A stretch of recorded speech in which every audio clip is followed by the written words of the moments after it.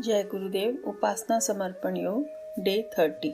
आज हम नया टॉपिक शुरू कर रहे हैं, सद्गुरु प्राप्त कर सकने का असाधारण सौभाग्य। अभी तक हमने पढ़ा कि सद्गुरु कैसा होना चाहिए और सद्गुरु का जीवन में क्या लाभ होता है।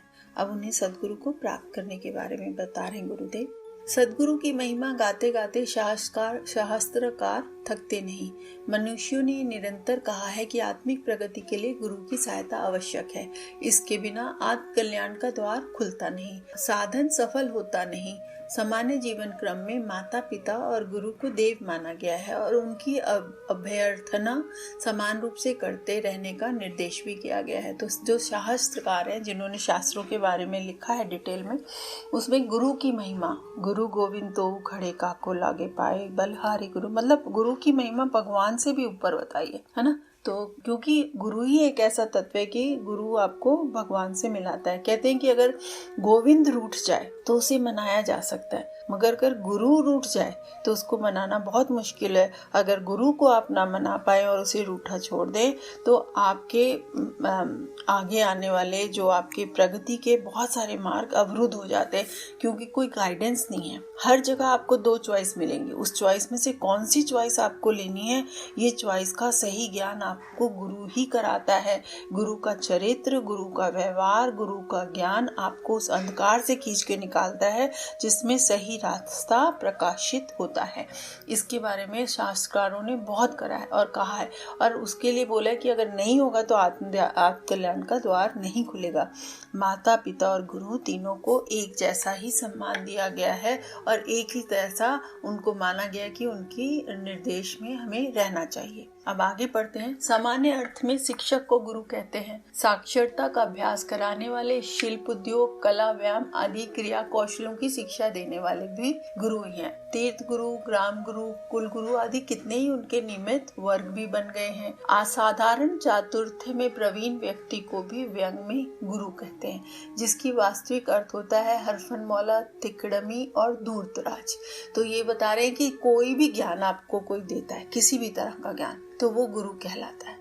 और वो गुरु जो होता है उस ज्ञान में आपको निपुण करता है, चाहे कोई क्रिया कौशल का हो या कोई सब्जेक्ट का ज्ञान हो, या आपको किसी भी तरह का शिल्प का ज्ञान हो, कोई भी व्यायाम आप सीख रहे हो, कोई भी कला आप सीख रहे हो, ड्राइंग सीख रहे हो, कढ़ाई सीख रहे हो, भोजन पाक क्रिया सीख रहे हो, या आप कोई सॉफ्टवेयर सीख रहे हो, तो जिससे भी आप सीखते हो वो आपका गुरु होता है। और जब आप गुरु से लेने जाएं तो हमेशा खाली झोली करके जाएं कि हमें कुछ नहीं आता है, गुरु जी आप जो भी हमें देंगे हम उसको ग्रहण करेंगे और उसका आदर करेंगे। तो ये मन से मानकर जा रहे हैं। लेकिन कह रहे हैं कि एक आजकल के समय में व्यंग के रूप में भी गुरु कहते हैं। क्यों कहते हैं? अरे भाई गुरु कह देते हैं, अरे वो तो हमारे गुरु है। अरे गुरु है तो क्या सिखा रहे हैं तुम्हें?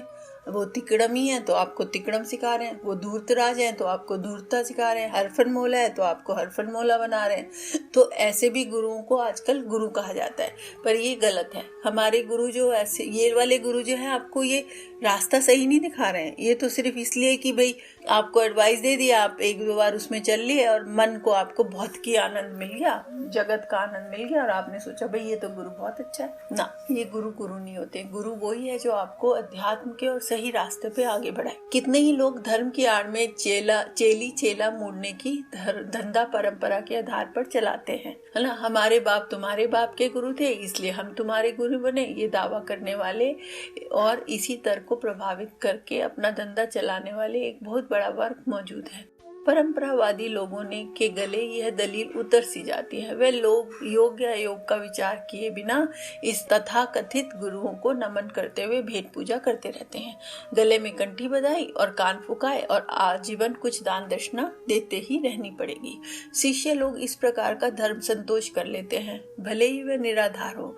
गुरु लोग इस विडंबना को मुफ्त में मान और धन प्राप्त करते रहने की एक स्वर्ण सहयोग मानकर अपने सौभाग्य पर गर्व करते रहते हैं। इस विडंबना को जड़ जमाए हुए किसी भी भौतिक क्षेत्र में व पिछड़े हुए क्षेत्र में आसानी से देखा जा सकता है। तो दोनों ही क्षेत्र में, मतलब बता रहे हैं कि आजकल क्या हो गया कि लोग चेली चेला बन जाते हैं, चेली चेला का खेल खेल रहे हैं। भाई हमारे पूर्वजों के ये गुरु थे तो इनके जो लीगेसी होगी, जो भी इनके बच्चे होते जाएंगे वो हमारे बच्चों के गुरु होते जाएंगे। चाहे वो उसको एक बूंद भी ज्ञान ना हो, चाहे उसको एक भी बूंद भी उसकी तपश्चर्या ना हो, उसकी साधना ना हो, उसकी चरित्र ना हो, उसका खुद का चरित्र गिरा हुआ, लेकिन क्योंकि इनके पिता हमारे पिता के गुरु थे तो अब ये हमारे गुरु हो गए, है ना।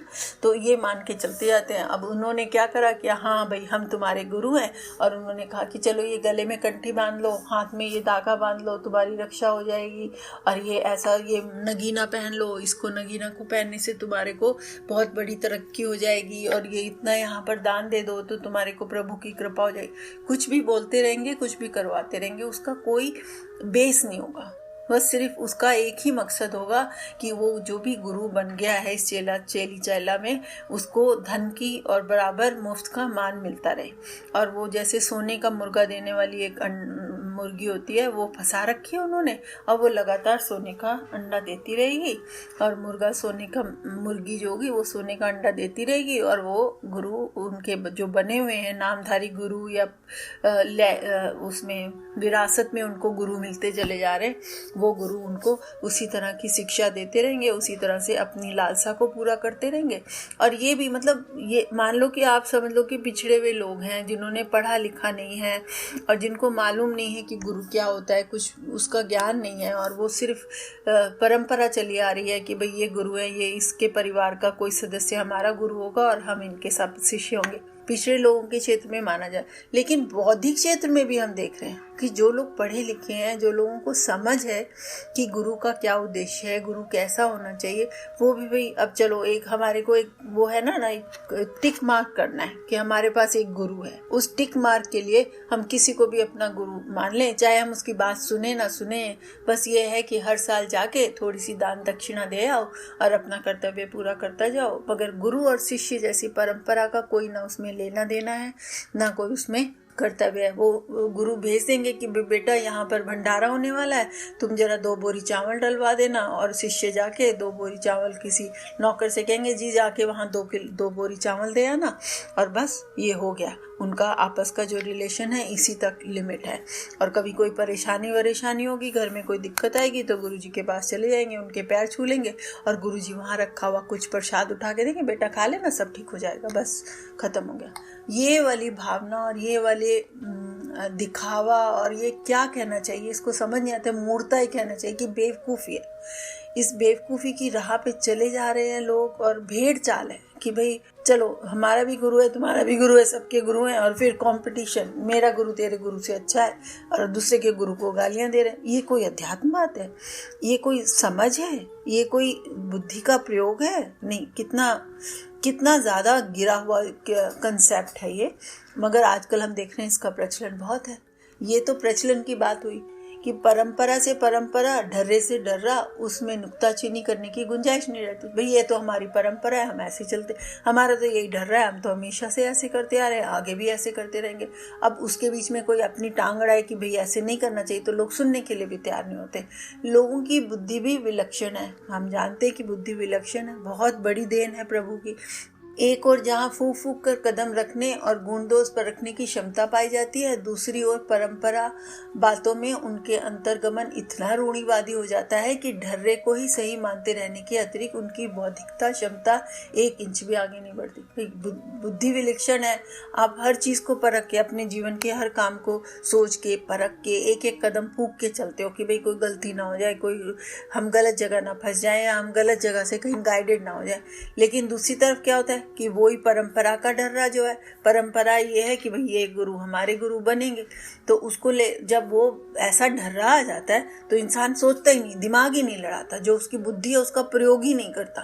बस वो बोलता है कि अब तो ये तो लिखा, ये तो बस है ही, पक्का ही है, ये तो इसको तो टाला नहीं जा सकता, इसको तो बदला नहीं जा सकता, ये तो ऐसे ही रहेगा, है ना। तो उसमें अपनी बुद्धि की जो क्षमता है उसको 1 इंच भी इस्तेमाल नहीं करता, एक जरा सा भी उसका इस्तेमाल नहीं करता, और बस मान के उस कुएं के खड्डे में गिरा पड़ा रहता है कि यही हमारे गुरु हैं, जो कि परंपरा के या रूढ़िवादी के हिसाब से हमारे गुरु बनते हैं। कितने ही क्षेत्र में बड़े तार्किक और प्रभावशाली व्यक्ति कितनी ऐसी रूढ़ियों और मान्यताओं में जकड़े देखे जाते हैं, जिनको तात्विक दृष्टि से देखने पर उपहासाप्रद और निरर्थक ही ठहराया जा सकता है। मतलब बोलते कि बहुत सारे ऐसे लोग हैं जो बहुत तार्किक बुद्धि के हैं, बहुत प्रतिभाशाली हैं, तर्क वितर्क में कोई उनसे जीत नहीं सकता, हर चीज में उनका ज्ञान है, हर चीज में वो आगे बढ़े हुए हैं। लेकिन जहाँ गुरु की बात आती है, जहाँ ऐसे किसी को फॉलो करने की, गाइड बनाने की, मेंटर बनाने की बात आती है, वो मेंटर बनाने के समय पे वो सोचते कि नहीं, ये मंदिर है, इस मंदिर के जो पंडित जी हैं वो हमारे गुरु हैं, वही हमारे जीवन की सारी समस्याओं को देखते हैं और निभाते हैं। और इस पंडित जी को होली में इतना देना होता है, दिवाली में इतना देना होता है, पूर्णमासी में इतना देना होता है, एकादशी में इतना देना होता है, जन्माष्टमी में इतना देना होता है, बस इनको इतना इतना सामान पहुंचाते रहो और ये हमारे परिवार के प्रति अपना कर्तव्य निभाते रहेंगे और जो सामान हम दे रहे हैं उससे हम अपना कर्तव्य निभा रहे। मतलब ऐसी सोच लेकर चलते हैं, जबकि दूसरे क्षेत्रों में वही बड़े तार्किक हैं, बड़ी प्रतिभा अपनी दिखाते कि नहीं ये ठीक है, ये ठीक नहीं है, ये ऐसा होना चाहिए, वैसा होना चाहिए, हर तरह से उसको चलते हैं, बांध के चलते हैं। तो ये जो चीज है वो हम बहुत सारे क्षेत्रों में देख रहे हैं कि बहुत ज़्यादा प्रचलन हुआ पड़ा है। इतने पर भी वे लोग इतनी बुरी तरह इनसे चिपके होते हैं। इसको उपहास, मतलब कोई अगर बाहरी आदमी इसको देखे और सुने तो उसको तो हंसी आ जाए कि ये कैसा इंसान है तो इतना इंटेलिजेंट, मगर इस मामले में कितनी बेवकूफ़ी, कितनी मूर्खता दिखा रहा है। और उसको निरर्थक कि कैसा आदमी है, इसका तो बिल्कुल जीवन निरर्थक करे जा रहा है इसमें फंसा हुआ। पर इतने पे भी वो लोग इसे बुरी तरह उनसे चिपके रहते हैं, मानो यथार्थता की कसौटी पे कसकर उन्होंने मान्यता को अंगीकार किया। ऐसे चिपके रहते हैं जैसे कि उन्होंने बहुत बड़ी कसौटी करी, बहुत बड़ा सोच विचार किया, बहुत बड़ा अपने आप का अवलोकन किया, एनालिसिस किया और उसके बाद इस गुरु को अपनाया। ऐसा दिखाते हैं कि ये गुरु ही हमारा ठीक गुरु है, सच्चा गुरु है, इसको तो हमारे परिवार के सारे सदस्यों के बारे में मालूम है। अरे मालूम है, लेकिन आगे बढ़ा रहा है तुम्हें नहीं बढ़ा रहा है, क्या कर रहा है? मतलब समझ नहीं आता कि ऐसे इंसान को कैसे इंसान इस पर तर्क वितर्क कर पाते कि यही ठीक है। ये तो आई थिंक बुद्धिजीवियों को सोचना पड़ेगा कि ये कहाँ का रास्ता, हम कैसे गुरु को अपना रहे हैं और किस रास्ते पे चल रहे हैं। ये कैसी विचित्रता है कि एक ही व्यक्ति एक दिशा में प्रखर बुद्धि और दूसरी क्षेत्र में सर्वथा मूढ़मती सिद्ध होता है। कितनी बड़ी बात कही है गुरुदेव ने कि ये कैसी विचित्रता है कि एक ही व्यक्ति जो एक ही दिशा में बहुत ही ज्यादा प्रखर बुद्धि, बहुत ही ऊंची बुद्धि का है और बहुत ही समझा हुआ, सुलझा हुआ इंसान दिखता है, जो कि अपने जीवन को बहुत ही अच्छे से चला रहा है, बहुत प्रखरता से चला रहा है, प्रतिभाओं को बहुत अच्छी से निखार रहा है। लेकिन दूसरे क्षेत्र में जहाँ पर गुरु शिष्य को अपनाना चाहिए, जो आपको अंधकार से निकालते हैं, जो अध्यात्म के ले जाते हैं, जो आत्मकल्याण का द्वार खोलते हैं आपके लिए, उस व्यक्ति के प्रति आप बिल्कुल ही मूढ़मती हो जाते हैं, बिल्कुल सोचते ही नहीं है कि अरे हर चीज में हम अगर इनकी राय लेते हैं और ये व्यक्ति अगर राय देने लायक नहीं है तो हम कैसे इन्हें अपना गुरु मान सकते हैं। उसको भी तो टटोल कर देखें, उसको भी तो आप ठोक बजा कर देखें कि ये हमारा गुरु बनने लायक है कि नहीं है। तो ये बहुत इस समय की ज़रूरत है कि इन रूढ़िवादियों से निकला जाए, इन फैली हुई बुराइयों से निकला जाए और अपने आप को आगे बढ़ाया जाए, जिससे कि हम सही गुरु का चुनाव कर सकें और जिससे कि वो सही गुरु हमारे आत्मकल्याण की तरफ हमें बढ़ा सकें। इसी के साथ आज के स्वाध्याय को विराम देते हैं। आइए भावना से गायत्री मंत्र कि सबके जीवन में एक सही गुरु का चयन हो सकना पॉसिबल हो। ओम भूर्भुवः स्वः तत्सवितुर्वरेण्यं भर्गो देवस्य धीमहि धियो यो नः प्रचोदयात्। जय गुरुदेव।